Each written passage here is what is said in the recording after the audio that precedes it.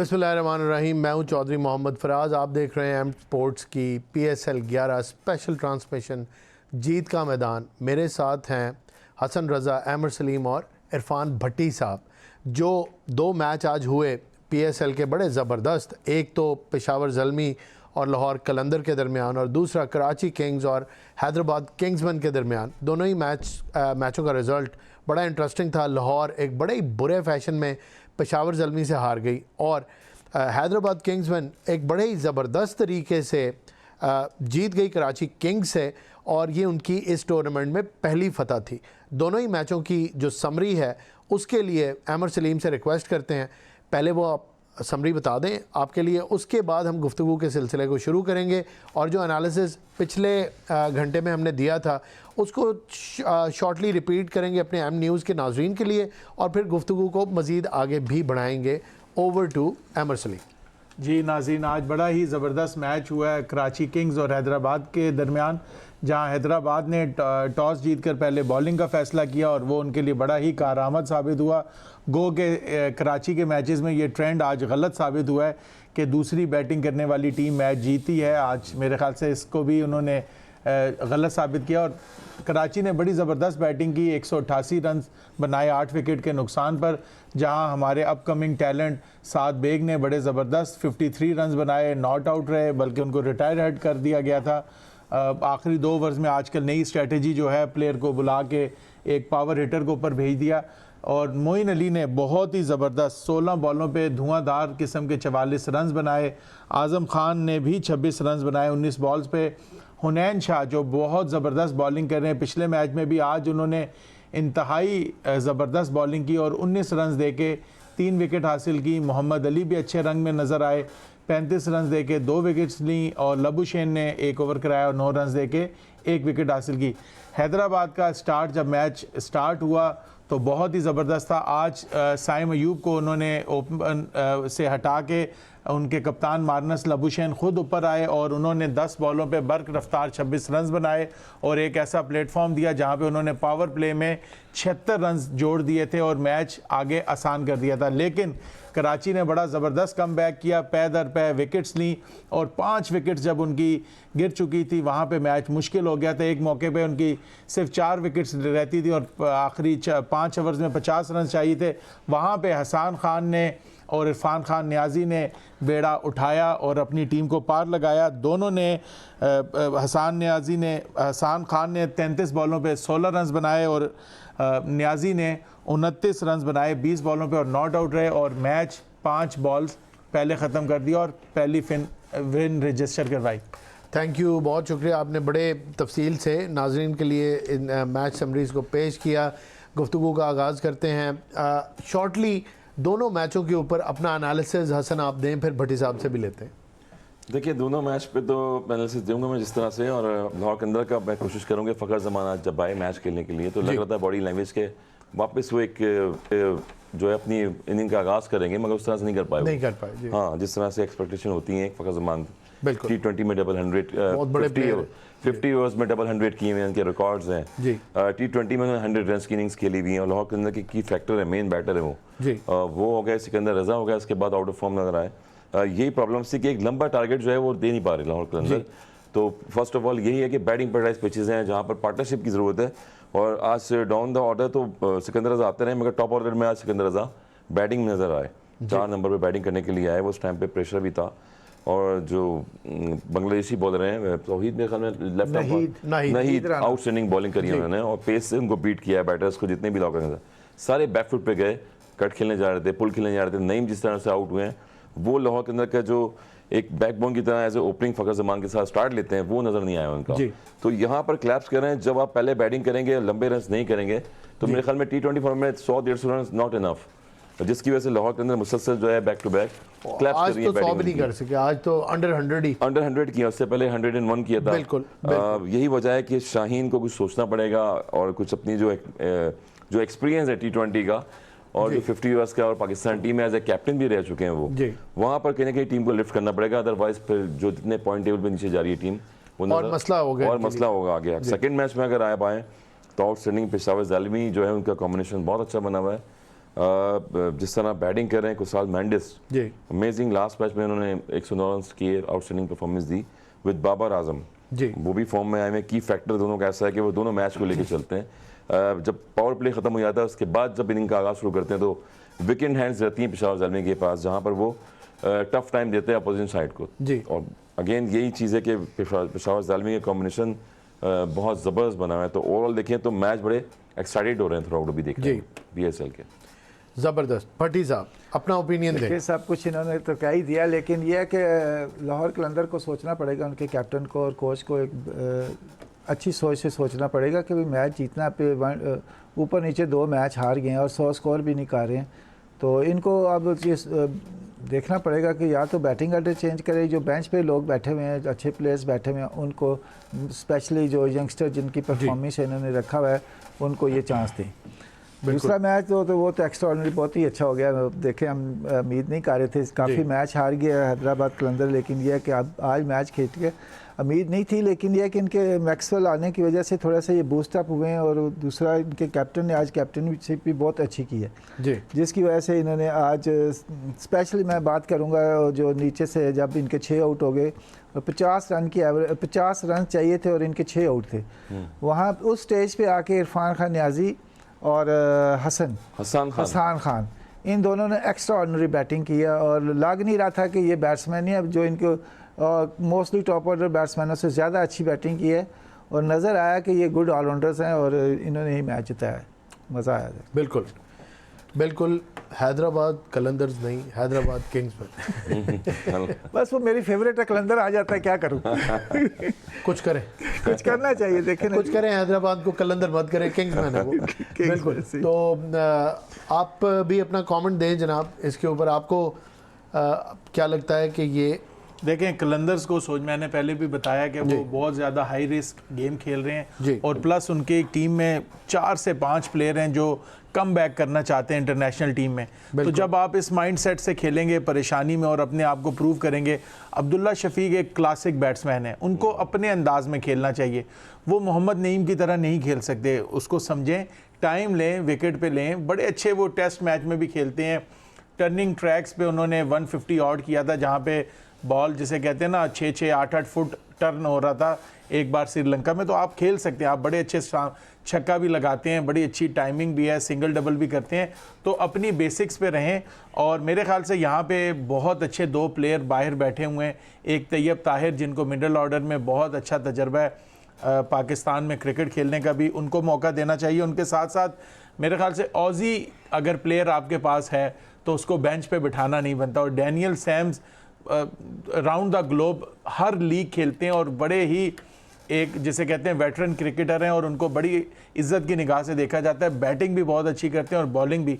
मेरे ख्याल से जो डेविड वीज़ा का एक रोल हुआ करता था पहले 5, 7, 8 एडिशंस में लाहौर कलंदर के लिए, वो डैनियल सैम्स अदा कर सकते हैं और उनको ज़रूर खिलाना चाहिए। मेरे ख्याल से ये एक ट्रिक मिस कर रहे हैं। कामरान गुलाम भी है इस फ्रेंचाइज में? नहीं, कामरान गुलाम इसमें नहीं है, वो पिंडीज़ में जी। यहाँ पे तैयब ताहिर हैं, वो बाहर बैठे हुए। वैसे एक लेग स्पिनर माज खान भी हैं जो इन्हीं की इजाज़त। लेकिन जो बाकी बेंच पे बैठे हुए हैं, वैसे तो हुसैन तलत तो खैर अनफिट हो गए थे, लेकिन तैयब ताहिर को आप ज़रूर अंदर लेके आ सकते हैं चाहिए। और प्रॉमिसिंग प्लेयर हैं क्योंकि उन्होंने शाहीन की तरफ से परफॉर्मेंसेस दी हुई हैं काफ़ी। डैनियल सैम्स तो आपको आउटस्टैंडिंग प्लेयर हैं। वो मेरे ख्याल में मोमेंटम बन नहीं पा रहा ना। कैप्टन यही सोचता कि किस तरह कोई मैच एक जीतें जहाँ पर जो है जहाँ ज़रूरत हो बैटर्स की या बॉलर्स की, वहाँ उसको इंक्लूड किया जाए। बिल्कुल। और यही चीज़ है कि कहीं ना कहीं कॉम्बिनेशन का और बैटिंग से ही बनेगा। अब्दुल्ला शफी की मिसाल दी तो टेस्ट क्रिकेट में 250 बॉलें खेलते हैं वो, जब जाके सेंचुरीज करते हैं स्कोर, और उसके बाद T20 में भी स्ट्रोक खेलते हैं।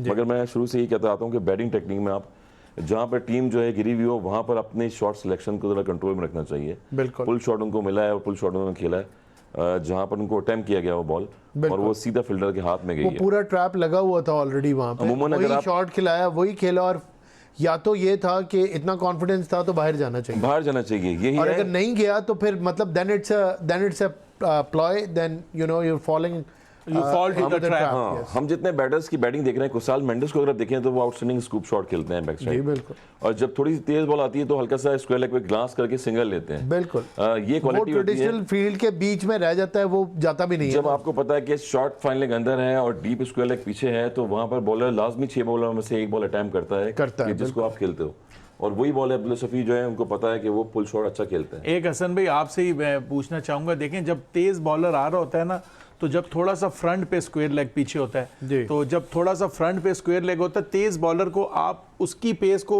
आगे से अटैक नहीं कर सकते उधर। उसका तरीका हसन भाई, जैसे कुशल मेंडिस की आपने बात की, वो बॉल को लेता है अपनी बॉडी में बिल्कुल, close और to the उसको body थोड़ा लेते सा हैं बॉल। फाइन खेल देता फाइन खेलते है हैं। कि अगर आप पेस को यूज करते हैं, पेस के ऊपर अपनी ताकत नहीं लगाते, आप उसको अपने पास आने दें और हल्का सा उसको, अगर आपकी पूरी शॉट नहीं भी लगेगी तो सेफ होगी, चौका हो जाएगा। जब आप उसको आगे से मारने की कोशिश करते हैं ना, जब पेस देखें 140 145 पे तेज बॉल कर रहे थे और बॉडी में बॉल कर रहे थे, जब बॉडी में बॉल होता है उसको सामने मारना मुश्किल होता है, उसको थोड़ा सा लेट खेलना चाहिए।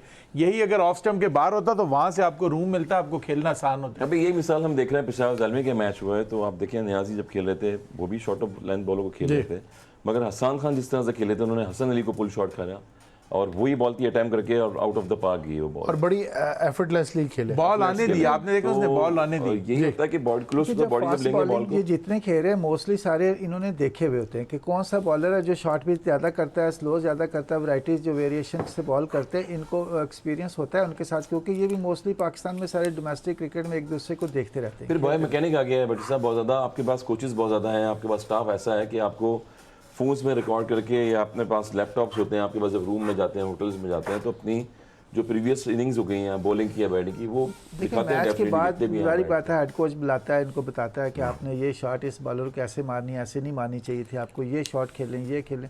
वो ऑब्जर्व करते हैं, पहले मैच से पहले भी देखते हैं, जो मैच के बाद गलतियां की होती हैं वो भी उनको बुला के मैच के बाद डिस्कस करते हैं कि आपकी ये शॉट गलत थी।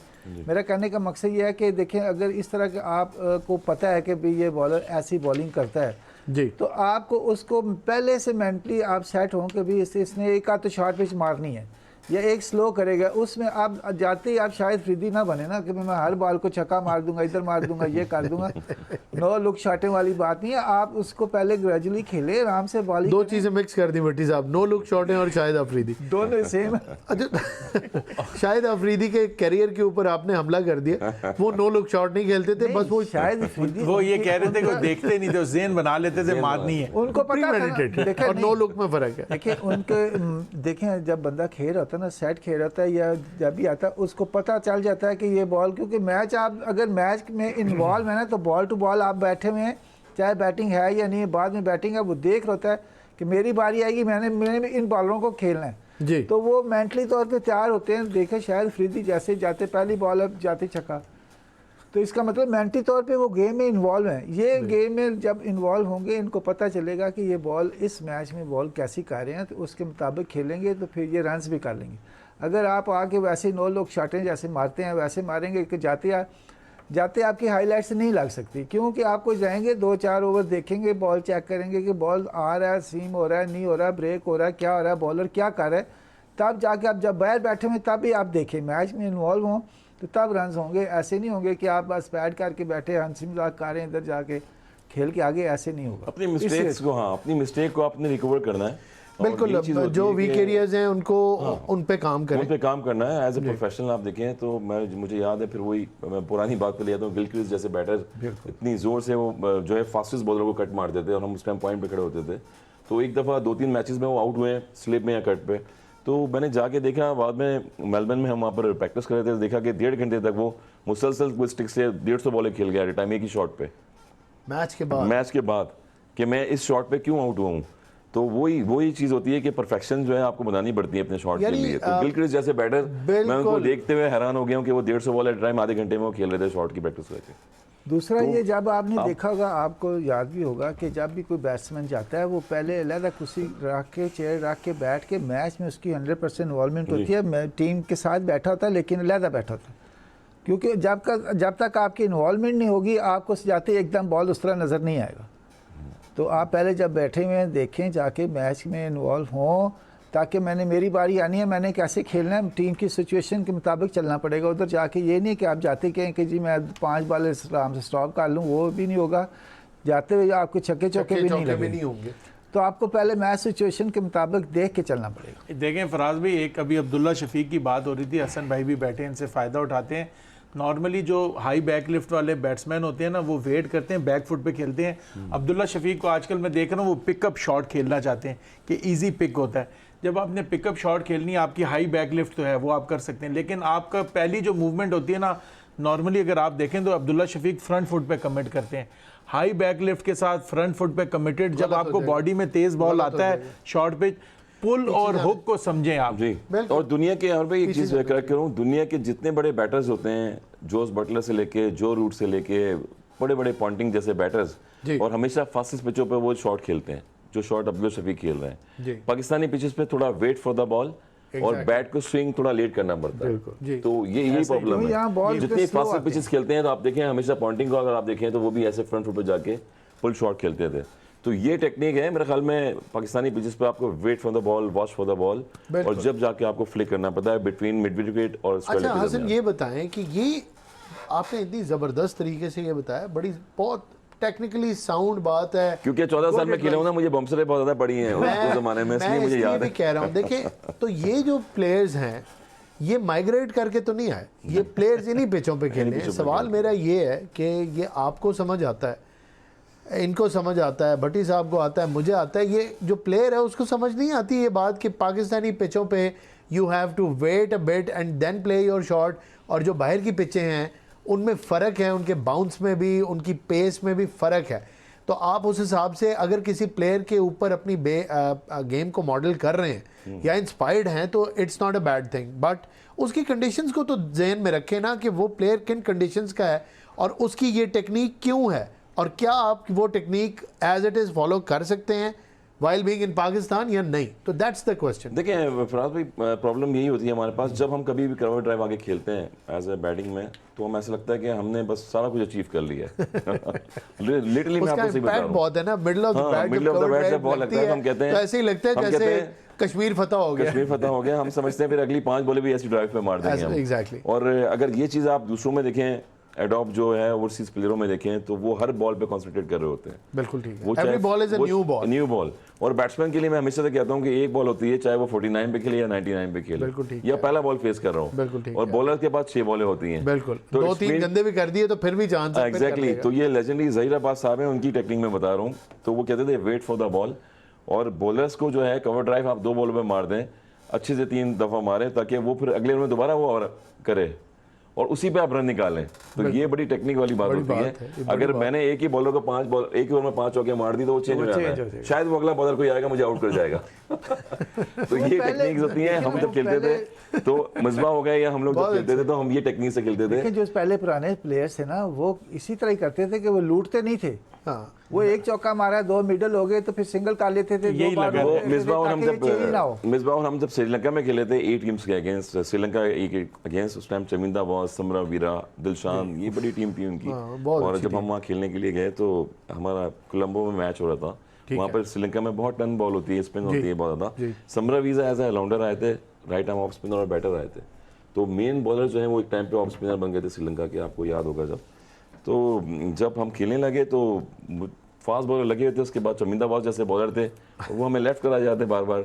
और टॉस जीत के, बारिश का मौसम था वहाँ पर, वेदर कंडीशन डिफरेंट थी और बॉलिंग सपोर्ट हो रही थी बहुत ज़्यादा। तो वहाँ पर मिसबा मेरी काफ़ी पार्टनरशिप लगती रही है ए टीम में जब हम लोग खेलते थे जी। तो बड़ी देर बाद स्पिनर जब समरवीर आया तो मैंने 2 बॉलों पे उनको बैकफुट पे जाके बाउंड्रीज मार दी। तो मिसबा मेरे पास आया तो उन्होंने बोला यार होली एनू अगला बार भी करने देना बात।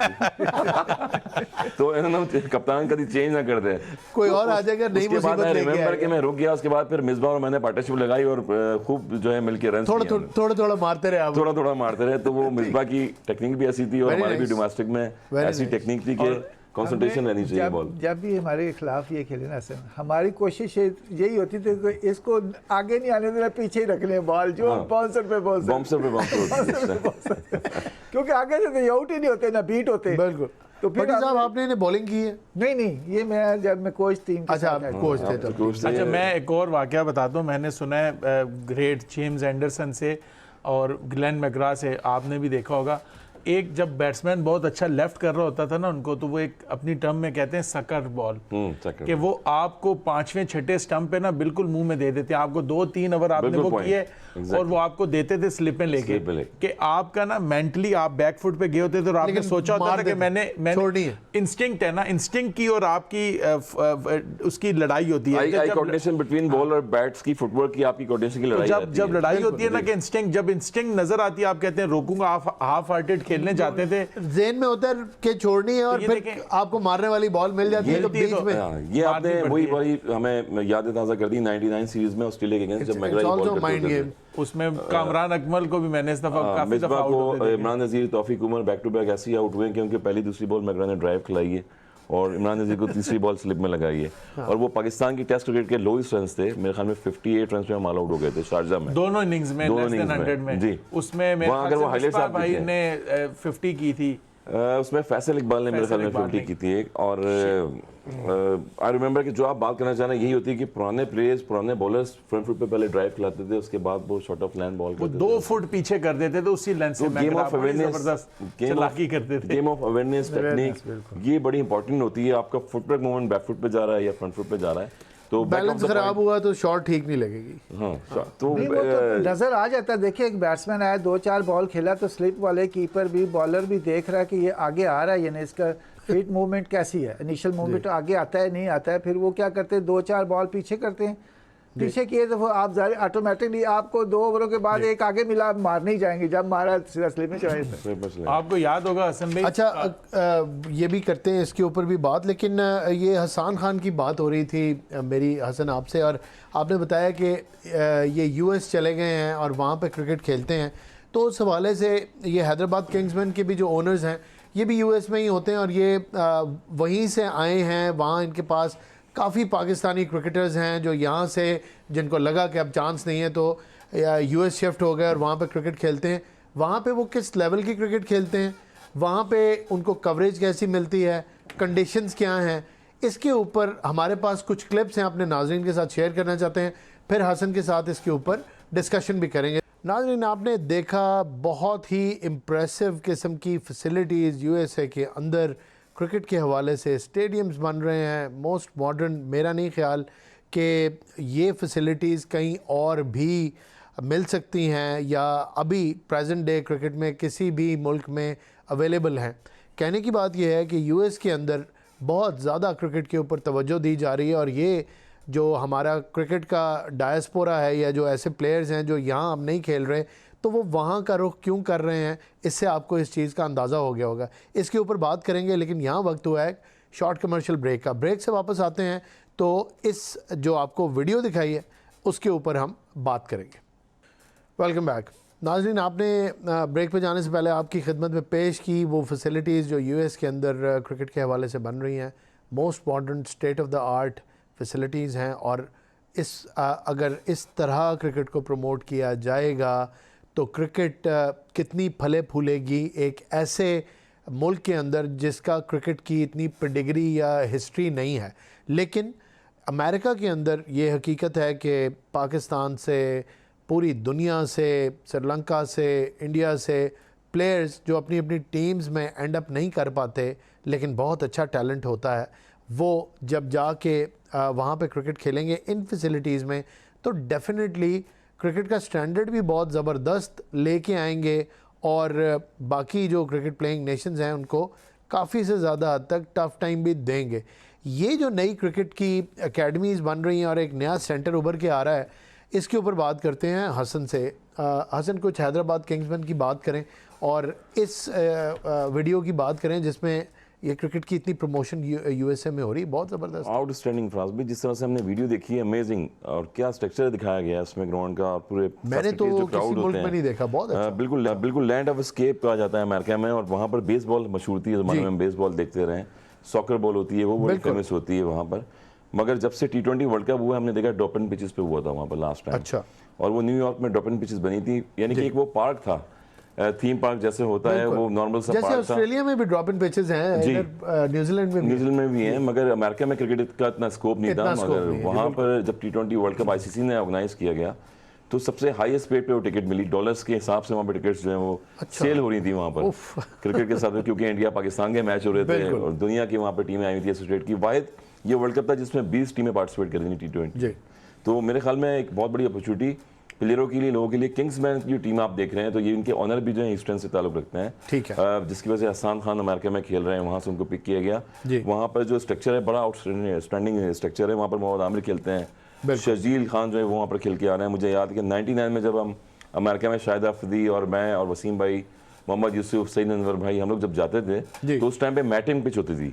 बिल्कुल ठीक। और वहाँ पर मैटिंग के जो है टूर्नामेंट होते थे 10 ओवर्स के। तो आज वहाँ पर देखें T20 वर्ल्ड कप भी हो गया और ये जो हमने अभी वीडियो देखी है, ये किंग्समैन की जो ऑनर्स हैं उन्होंने फ्रेंचाइज भी ले ली। और मुझे जहाँ तक कि मेरी इतलात है, आगे फ्यूचर में 2 साल बाद जो है मजीद PSL 12, 13, 14 में आएगा। पूछना चाह रहा हूँ कि कोई और कंट्रीज भी आपको लगता है कि इंटरेस्टेड होंगी in coming into Pakistan, buying teams for their respective countries? या बिल्कुल होंगी, क्यों नहीं होंगी, क्योंकि हमारे जो कुलीग्स हैं, एक 2 प्लेयर्स हैं मेरे ख्याल में, अतीक उज़मा टेस्ट प्लेयर है पाकिस्तान के विकेट पर, वो जर्मनी की कोच है आजकल। अच्छा। और वो जर्मनी में कोचिंग कर रहे हैं टीम अच्छा, अच्छा, अच्छा। तो वो भी आगे पार्टिसिपेट करेंगे, ऐसे फ्रेंचाइज के लोग जो PSL में हिस्सा लेना चाहते हैं। फिर अगली वीडियो एक नेक्स्ट टाइम पे कभी हम दिखाएंगे। UAE वाले जो हैं वो भी बहुत इंटरेस्टेड हैं, उन्होंने अपना जो लैंडस्केप बनाया, वहाँ पर 3-4 ग्राउंड बनाए हुए, वो भी फ्यूचर में मुझे लग रहा है कि वो PSL को ज्वाइन भी करेंगे आगे आके और पाकिस्तान में भी खिलाएंगे। मगर बात ये है कि मैक कुरैशी जो है वहाँ पर फ्लोरिडा में, जहाँ पर T20 वर्ल्ड कप के मैचेस भी हुए हैं अभी रिसेंटली, वहाँ पर वो फाउंडर भी हैं वहाँ पर मैक कुरैशी। और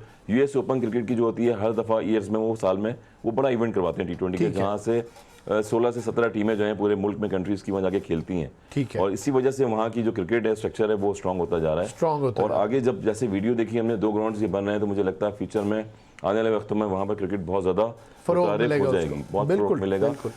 जब इतने सारे इंटरनेशनल प्लेयर्स वहाँ पर जा के खेल रहे हैं, और मैक कुरैशी जिस तरह क्रिकेट को लिफ्ट कर रहे हैं, जो वहाँ के एसोसिएट लोग हैं हमारे पाकिस्तानी जो 30 साल से मुकीम है वहाँ पर, वो क्रिकेट को बहुत प्रमोट कर रहे हैं। जाहिर है वो क्रिकेट को बड़ी पसंदीदगी गेम के लिए, और पाकिस्तानी इंडियन तो खैर जहाँ पे भी होते हैं तो क्रिकेट के हवाले से बड़ा उनका नहीं। देखें आप वहाँ जाके अगर पाकिस्तान के जो साबका प्लेयर्स हैं जाके वहाँ क्रिकेट की प्रमोशन के लिए इतने अच्छे उनको फैसिलिटीज़ मिल रही हैं, उनके कहने पे मिल रही हैं और ख़ुद भी डेवलप कर रहे हैं, तो वाई नॉट? पाकिस्तान में इतने लेजेंड प्लेयर्स हैं, पाकिस्तान को भी तो इनको इस किस्म के फैसिलिटीज़ दें, तो पाकिस्तान में जितना टैलेंट, अनफॉर्चुनेटली भट्टी साहब यहाँ पे अपना टैलेंट ही संभाला जा रहा है, इतना टैलेंट। भट्टी साहब NCA अकेडमी बनी है 2000 मेरे ख्याल में 2008-2010 में बनी थी अकेडमी, NCA अकेडमी 2007 में 2007 में बनी था, उससे पहले बनी। और जब हमारे कैंप भी लगते थे वहाँ पर, ट्रेनिंग कैंप होते थे, प्रैक्टिस होती थी, जब हम टीम का स्क्वाड का हिस्सा होते थे, और जनरल तौकीर साहब ने वो अकेडमी बनाई पूरे पाकिस्तान के लिए, पाकिस्तान की 27 करोड़ की आवाम के लिए बनाई इस वक्त। मगर बड़े अफसोस की बात से कहना पड़ता है, सिटीज में ना जैसे लाहौर, पिंडी है, मगर बाद में कहना चाहता है, बड़े अफसोस से कहना पड़ता है कि जब प्लेयर्स टीम के स्क्वाड में हिस्सा होते हैं NCA अकेडमी में, तो वहाँ पर उनका दाखिला जो है वो बंद हो जाता आना, उनको दाखिला उनको मिलता है जब वो एकेडमी का हिस्सा होते हैं। उसके बाद वहाँ पर टेस्ट प्लेयर को रोका गया है, वहाँ पर नेशनल प्लेयर को रोका एकेडमी गया का है। फिर क्या फायदा तो मैं क्रिकेट स्ट्रक्चर की बात कर रहा हूँ कि एक प्लेयर जब PCB ने जब एक चीज़ बनाई हुई, रिकमेंडेशन दी हुई है प्लेयर्स को, जब वो पाकिस्तान का नाम रोशन कर रहा है, चाहे वो एक टेस्ट खेला हो, चाहे वो 19 प्लेयर हो, तो उनको तो इजाज़त नहीं दी जाती वहाँ पर खेलने के लिए। तो प्लेयर्स कैसे खेलेंगे, कहाँ पर जाएंगे? यही चीज़ है ना। देखें तो कीर साहब ने बहुत अच्छा काम किया था कि हर सिटी में, जैसे पिंडी में बनाई थी उन्होंने, लेकिन वो नो डाउट के 3 महीने के लिए, ऐसे नहीं है कि पूरा स्ट्रक्चर होना चाहिए। यहाँ भी हेड कोच होना चाहिए, उसके अंडर कोचेज़ होने चाहिए, यहाँ के जो लड़के हैं उनको उस वक्त भेजें जब ये पाकिस्तान में अच्छी परफॉर्म कर रहे हों, तब आप NCA भेजें। उससे पहले जो ग्रास रूट लेवल पे आप यहाँ अकेडमी जो जैसे पहले उन्होंने बनाई थी, आप भी बना सकते हैं, स्ट्रक्चर है, ये नहीं है कि नहीं। आप पिंडी स्टेडियम हमारे पास है, KRL है, और भी काफ़ी अच्छे, इस्लामाबाद में बड़े अच्छे ग्राउंड्स हैं, अगर चाहें तो कर सकते हैं, लेकिन इसके लिए फिर वही बात है कि करे कौन। देखें इसमें अब जितनी क्रिकेट भट्टी साहब होगी है ना, क्रिकेट सिर्फ स्किल की गेम नहीं रहेगी, उसमें टेक्नोलॉजी इन्वॉल्व होगी, आपने उसको यूज़ करना है। देखें हमने एजुकेशन में देखा कि अब नई नई सिमुलेशंस आ गई हैं, बायोमैकेनिक्स आ गए हैं। आप देखिए एक बैट्समैन है, वो फ़र्ज़ करें एक शॉर्ट बॉल अच्छी नहीं खेलता, उसको तो आप बता देंगे शॉर्ट बॉल कैसे खेलनी है, लेकिन अगर एक ऐसा प्लेयर है जिसको एक कुछ प्लेयर होते हैं जिनमें बहुत ज़्यादा टैलेंट होता है, उनको एक बॉल पे 3 शॉट्स नज़र आती हैं और वो शॉट सिलेक्शन नहीं कर पाते। उसका क्या हल है? उसको बैठ के बताने से तो नहीं आएगा, एग्जीक्यूशन करेगा। उसके लिए आपको सिमुलेशंस होती हैं, बड़ी बड़ी ऐसी ड्रिल्स हैं जिसमें आपको चीजें लगा के इस लेवल पे कितने प्लेयर पाकिस्तान को मिल जाते होंगे? मेरा इस पे थोड़ा सा डिबेट को थोड़ा इसको फैला लेते हैं, जाहिर है आपकी राय लेते हैं।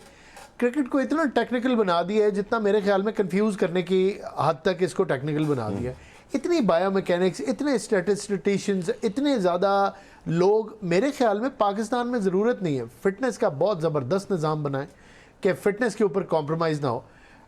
ग्रूमिंग के लिए आप बंदे रखें, साइकोलॉजिस्ट लाजमी रखें। जिन बैकग्राउंड से लड़के आते हैं वो मेरे ख्याल में प्रेशर हैंडलिंग उनका मसला है, क्रिकेट उनका मसला नहीं है।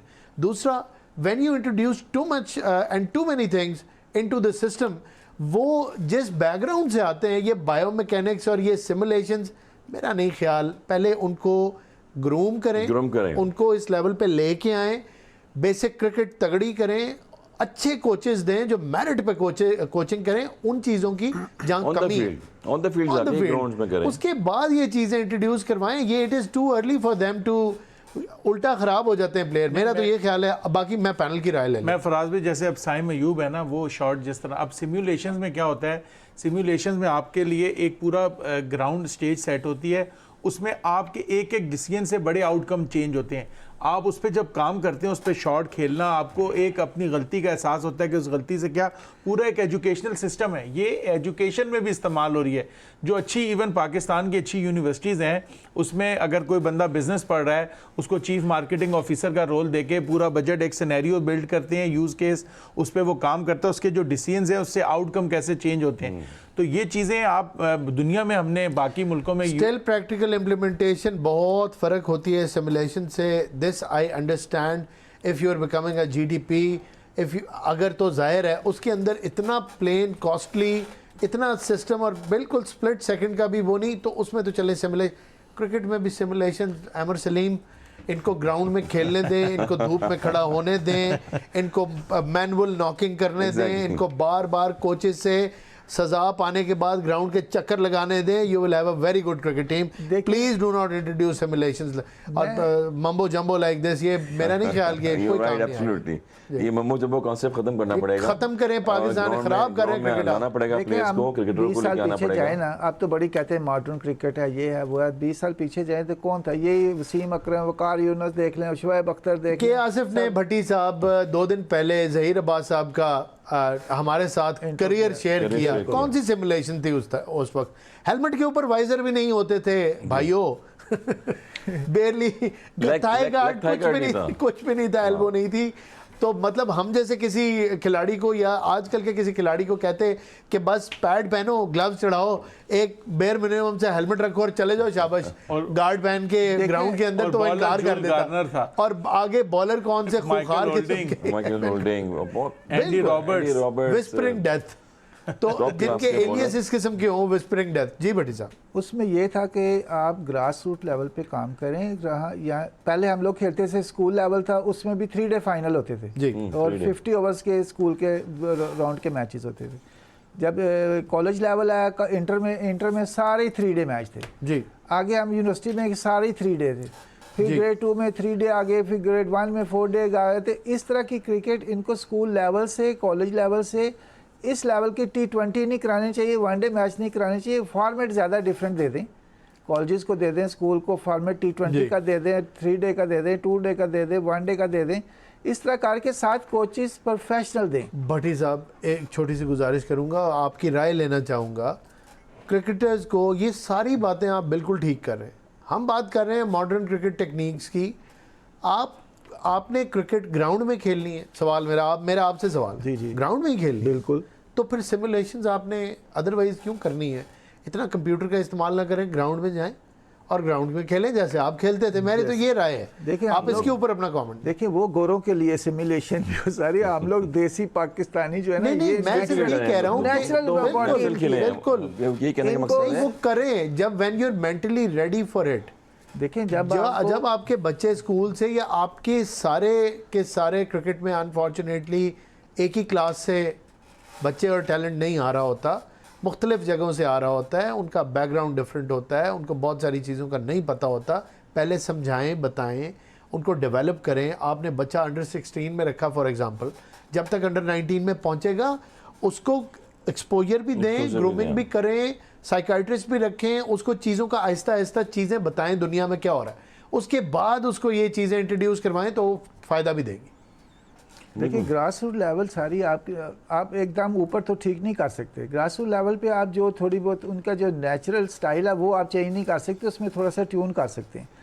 अगर जाके आप फॉर एग्जांपल आप देख ले कई बॉलर्स साइड आर्म करते हैं, कोई हाई आर्म करते हैं। अब ये उनको जो मोस्टली कोचेज हैं इतने क्वालिफाइड कोचेज ही नहीं अब जी जो ग्रास रूट लेवल पे काम कर रहे हैं। साहब इतने सारे तो कोचेज हैं, हर एक हफ्ते बाद तो पीसीबी की नहीं आप देखिए 100 हर एक वीक बाद पीसीबी की पोस्ट लगी होती है, कोचिंग लेवल 2 लेवल 4 की 3 की, इतने सारे कोचेज पीसी है। नहीं मेरा कहने का मकसद ये है वो आपको बताने के लिए होती है, वो मैसेज करते रहते हैं किस स्कूल को इन्होंने कोच कर रहा है, कोई इतने कोचेज इन्होंने रखे हैं, किस कॉलेज के साथ इन्होंने को लगाया है, किस क्लब को दिया हुआ है कोच। ये खाली ऊपर जो क्रीम लेकिन अपने जाती सारे बच्चे सिलेक्ट करके उनको अपना कोच लगा नहीं एक्चुअली वो इस तरह ज़्यादा इन्फॉर्मेशन आप उनको देने लग जाते हैं उस वक्त आप उनके मैचेस करवाए हैं वीक में। हम लोग क्लब के मैच जो है वीक में हम 5-5 मैच खेलते थे, आज भी मैच खेलते हैं अभी। Exactly my point. जब आप क्रिकेट मैच खेलेंगे आप अभी भी खेल रहे हैं, अभी भी खेल रहे हैं, बहुत बड़ी बात। मिसबा अगर खेल रहे हैं अभी भी देखें आप प्रैक्टिस कर रहे होते हैं, यूनुस खान खेल रहे हैं अभी भी, यूनुस भाई खेल रहे हैं, मैं कराची गया था, शुएब मलिक अभी तक प्रैक्टिस कर रहे हैं, नेट प्रैक्टिस कर रहे होते हैं। बिल्कुल शाहिद अफरीदी कर रहे हैं, मैंने उनको देखा, शाहिद अफरीदी खेल रहे हैं, प्रैक्टिस कर रहे हैं, वो उनके नाम भी है ना, देखिए इसलिए नाम भी है। अभी ये पीएसएल खत्म होगा, आपको देख लें कि हमारा जो डोमेस्टिक क्रिकेट में ये कितने प्लेयर खेलते हैं।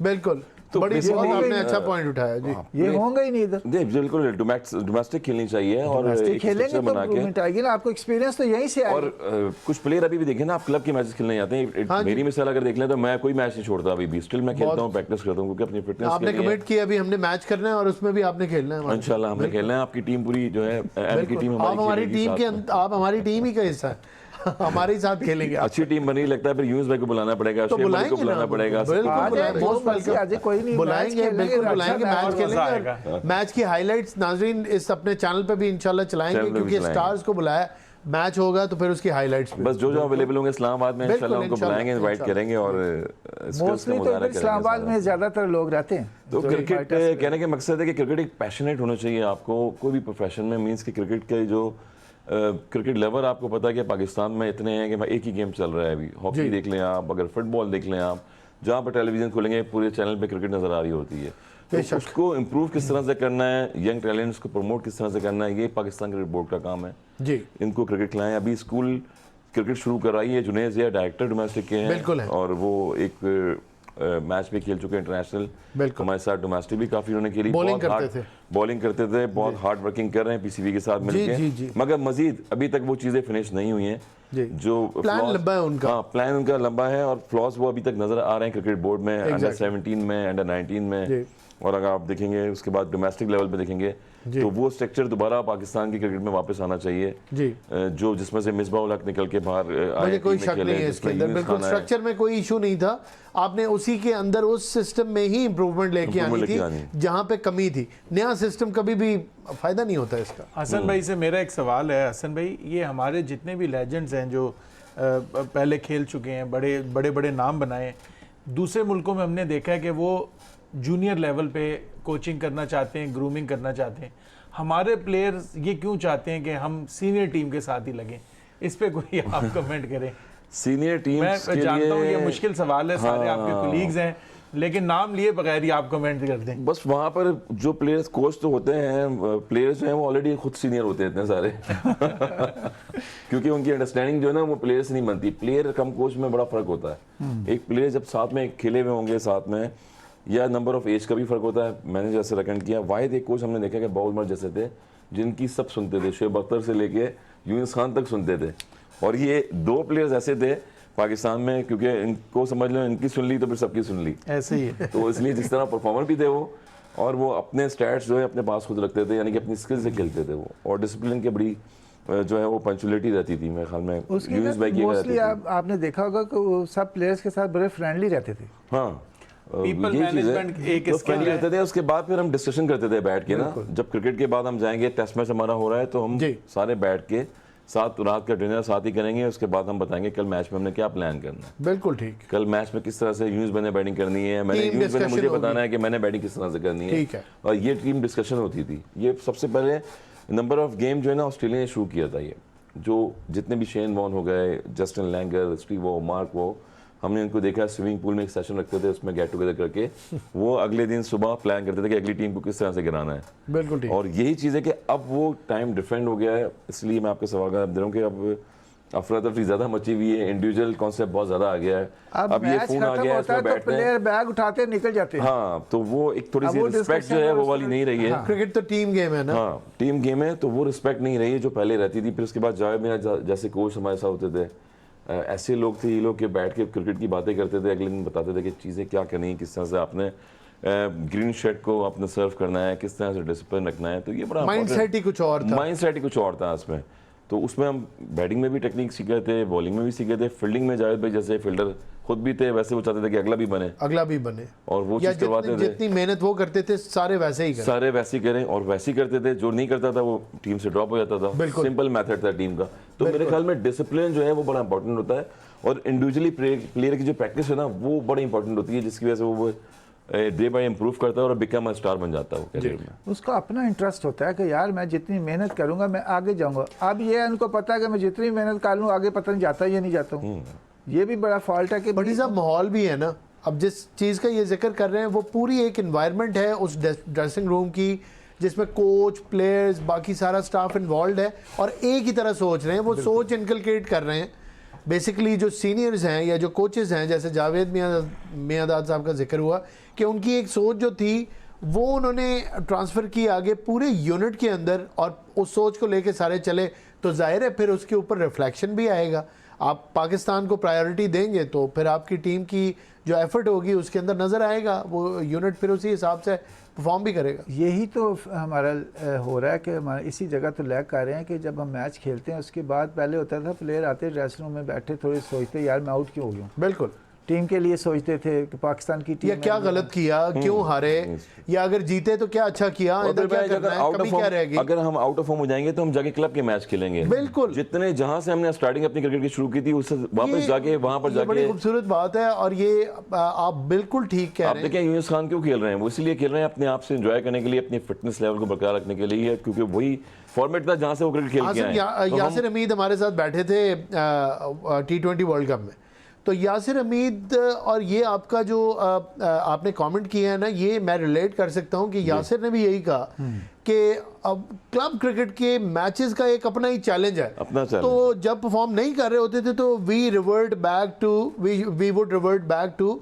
Club cricket. और उसके अंदर जाहिर है लड़के बड़े हंगरी होते हैं और बड़े चार्ज अप होते हैं कि आपका पाकिस्तान प्लेयर आगे खेल रहा है और अभी तक हम तो खेल पूरा रहे हैं, जोर लगाते हैं, पूरा जोर लगाते हैं जी बिल्कुल। और वो कंपटीशन होता है, कंपटीशन हम पिंडी में खेले थे। दूसरा एक जेन में ये चीज़ भी होती है कि it is a much laser level.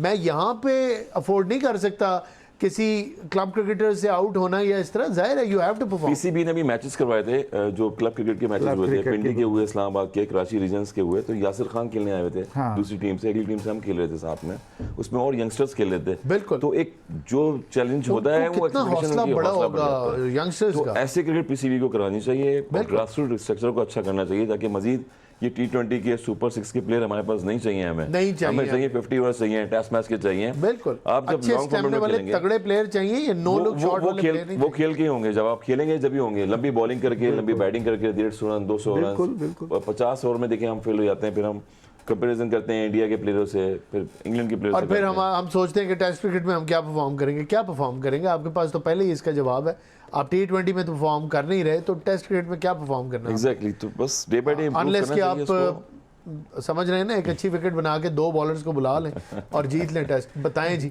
Last closing comment. देखें जी, आप मेहनत का कोई नेमुल बदल नहीं बिल्कुल, बहुत है और बेसिक्स का कोई नेमुल बदल नहीं है। जब आप अपने आप को कि कोई भी बंदा गेम से ऊपर समझेगा कि अब मुझे सब कुछ आ गया है, अब मुझे कोई कुछ नहीं सिखा सकता, वहां से बिगिनिंग ऑफ द एंड हो जाएगा। बटी साहब क्लोजिंग कमेंट। बस यही है कि प्लेयर्स को अपना डिसिप्लिन में रह के अपनी गेम को डे बाय डे इम्प्रूव करना चाहिए। अगर नहीं हो रही तो बेसिक्स पे आज एक क्लब क्रिकेट खेले, अपनी डोमेस्टिक में जो भी क्रिकेट है उसमें इन्वॉल्व हो। Very well said. नाज़रीन, आपने गुफ्तगू सुनी, एक्सपर्ट्स ने खूबसूरत बातें की। इंतहाई ज़बरदस्त गाइडेंस है ये यंग एंड अपकमिंग प्लेयर्स के लिए। पाकिस्तान के प्लेयर्स जो अभी परफॉर्म नहीं कर रहे या उन्होंने कुछ डीमंस क्रिएट कर ली अपने लिए और जो उनको चैलेंज कर रहे हैं और उनकी परफॉर्मेंस के दरमियान में आके खड़े हो गए हैं जिनसे उनकी लड़ाई चल रही है, उन डीमंस को हटाना है तो बेसिक क्रिकेट की तरफ वापस जाना है। बेसिक क्रिकेट कभी भी चेंज नहीं होती, जितनी आपकी बेसिस अच्छी होगी, फंडामेंटल्स अच्छे होंगे, उतने ही अच्छे आप खिलाड़ी होंगे। और जब जब आपको चैलेंज हो तब तब आप रिवर्ट बैक करें अपने उन बेसिक्स की तरफ and you will have your form back. इसके साथ ही आज का प्रोग्राम ख़त्म करते हैं, मुझे इजाज़त दीजिए, अल्लाह हाफ़िज़।